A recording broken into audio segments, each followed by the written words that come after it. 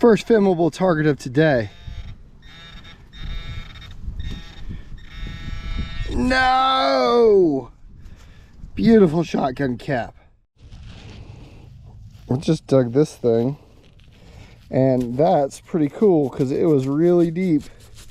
I'm telling these guys, I thought that this was a spot that a bunch of soldiers camped around. I think I'm right. That is a big umbrella hub or parasol hub, and that thing was deep. It was all the way down there. So don't drop it, Matt. That's a cool piece of brass. Super deep. Maybe there's a button or buckle. Maybe. Or a button buckle. I was singing this little song about there's a buckle in here somewhere. I was right. That's a giant harness buckle. And that could have gone to pretty much anything. Wagon train, working horse, mule out in the field. That one's actually pretty decent shape. Looks pretty cool. And if you're lucky, I may sing you that song later. I'm not opposed to it. That's kind of cool.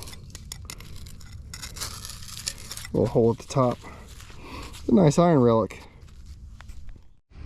Hey, what's up? Welcome to Diggin. My name is Matt, and we're at a really cool place today. About 10 years ago, I had the opportunity to hunt this place you see in the background.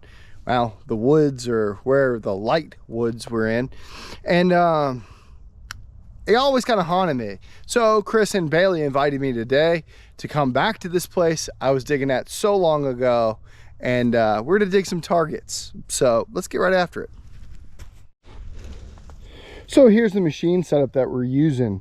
I'm using my XP Deus, and I'm using my special custom program called Medium. And this program isn't got the most depth on it, but I'm going to tell you why I'm using it.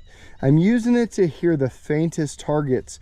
This program does really well at telling me targets depth, and I do that by audio. So these little squeaky, poppy little tones that are barely audible will be very loud on the V2 or deep program. So I know that this is going to be much deeper than, say, a surface piece of aluminum. And throughout this field right here, or this piece of woods, there is a lot of surface trash from the years of farming and neglect and all kinds of activity. But underneath all of that stuff, there is a lot of good Civil War artifacts. We are in a historic area in Central Virginia, and happy to be here. Check that out. Super cool. That's a watering bit used for horses. Probably not a cavalry horse. Could have been though. And definitely of the Civil War period. Chris just popped that out of the ground. Now it's only half of it. The other side would have looked identical, and in its time this side would have been able to swivel, and this is where your reins would have attached. So that's a super cool iron relic. Now, never any way to tell that this is 100% military, but if you were in the American Civil War, and especially a Confederate soldier, you would have used what you brought from home. So very cool relic, Chris. Thank you. Now, Chris and Bailey got permission to relic hunt here from the landowner, and it is a very historic, well-known place, and it's been relic hunted for a long time, like many places in Central Virginia. But when I used to hunt here, I always had a weird feeling about it. The landowner told me, oh, you can hunt here, but you can only go at night. And that's because people will knock on their doors incessantly. Well, I never really thought much about it, but I thought that was a pretty good reason to go at night. So we only ever hunted at night. So now it always have made me question, like, did I really have permission? Well, I had permission from someone. Did that guy have permission? That I can never say. I'm just super excited to be here, and to be here in the daylight, metal detecting, and hanging out with these guys. You want me to dig some for you? Oh, we're good. Okay. So we've been testing the legend, and we're testing my theory of the medium depth. And yep, there she is. Musket ball. Musket ball. That's cool. Down there, read in 83, 84. And it was a very lightly audible signal, but that's a pinpointer depth with the XP Deus on the medium program. So it means that the medium program is really getting a lot more depth than most people give it credit for. And I'll put that down in the description below. But that's a beautiful dropped Confederate musket ball, probably from an 1862 battle. So very, very cool. Not a canister shot. You can see the sprue cut on it. But it also means that the Legend is going to dig a little different, right? It's not going to have that meter depth that you're used to when we get into the really deep stuff. And we probably can adjust this to get us a little more depth in it. So we'll try to do that on the next one. But it was consistent on its signal. It was a very consistent signal. So it now makes us think about all the things that we have to dig that are a little different than we normally would. Well, that's a cool find. So what we were talking about is on the Legend, this thing was reading really well. You could hear it, but it wasn't giving you a chart, or it wasn't saying ferrous or non-ferrous.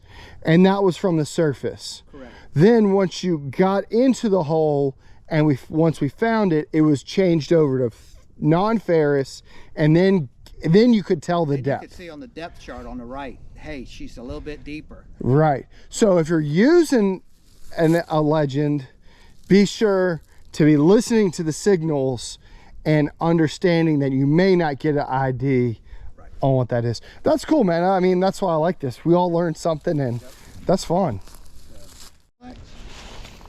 His stuff rings up higher. Right. So I only go to a total of 60. Right. So the simplex is different, and we were talking about it. Typically for the XP Deus on my machine, I can have a Civil War bullet, whether it's a round ball or a mini ball, from 77 to 81, 82.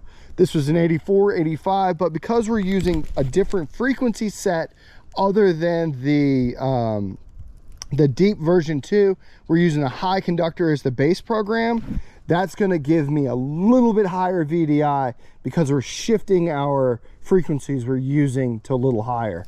And I imagine that's what's happening with the simplex as well. Yep. So more stuff to learn. So let's go through this program, and let's start at the top. Let's go right through sensitivity.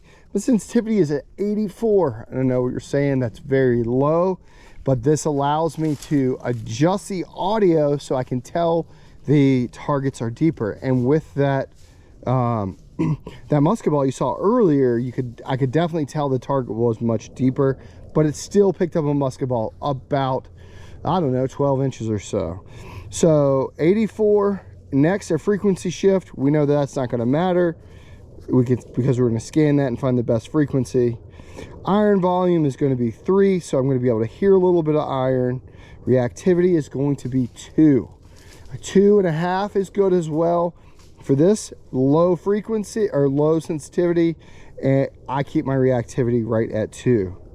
Audio response is going to be 3, not so high that I can't tell the depth of a target.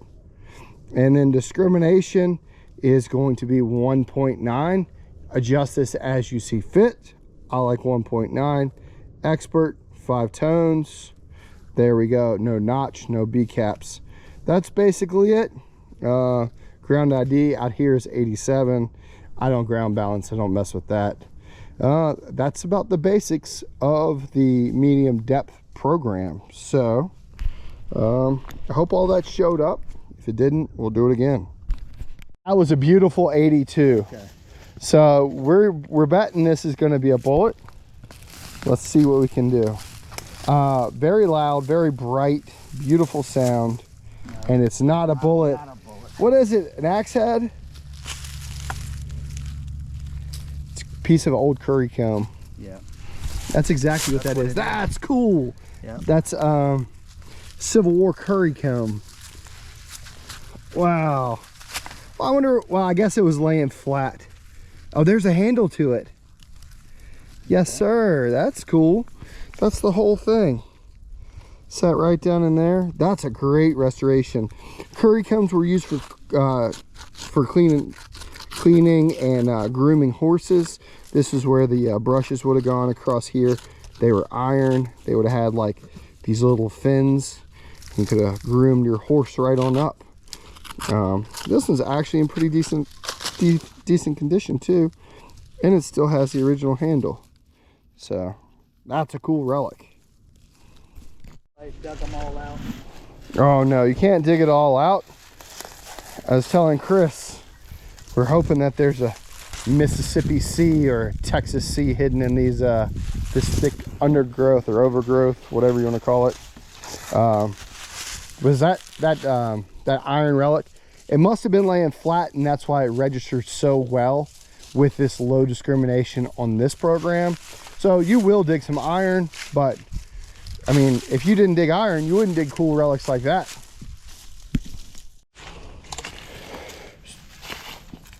So this medium depth program is really good at a couple of things. One, it's allowing you to give you a little more audio response than you'd normally have.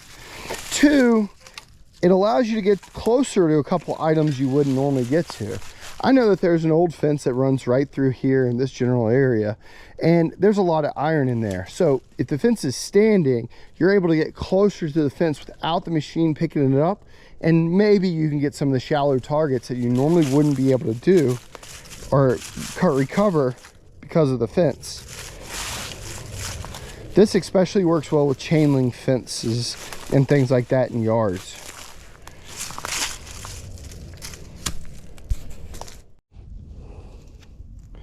There you go, there's a little piece of lead. Now it could be just a, oh man, it looks like a piece of carved lead. Could be just a piece of dropped lead, but that's pretty cool in all of this madness. Now I know I've been talking a lot about the XP Deus, but any of these targets or any of these principles, sorry, not targets, any of these principles apply to any metal detector. You just have to adjust the machine that you're using in the way that I'm doing it to reduce the sensitivity, and you can have this kind of success. So that's pretty cool. Bailey said he's got a couple things. Hope they're a couple better than, oh, nice pistol bullet. Yeah, it's only like the second or third one I've found. Nice Colt 36 caliber. Nice. What else you got in there? I don't know if this is Fired modern bullet. okay. You got a couple rivet pieces in there. Yeah, there's that one's a washer. That's all right. Big piece of lead. Whoa! If I could get it out. Did you just find that? I found that. That was actually like my first hole. First hole, he says. Yep. He's holding out. Nice, beautiful general service eagle button. Wow, nice work, man. Thanks. That's a good one. That makes up for what we've done today. So cool, man. Beautiful button. Yep. Oh man.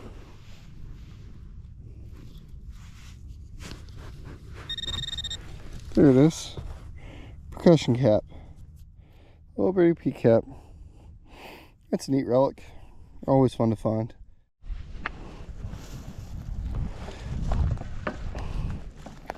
It's funny.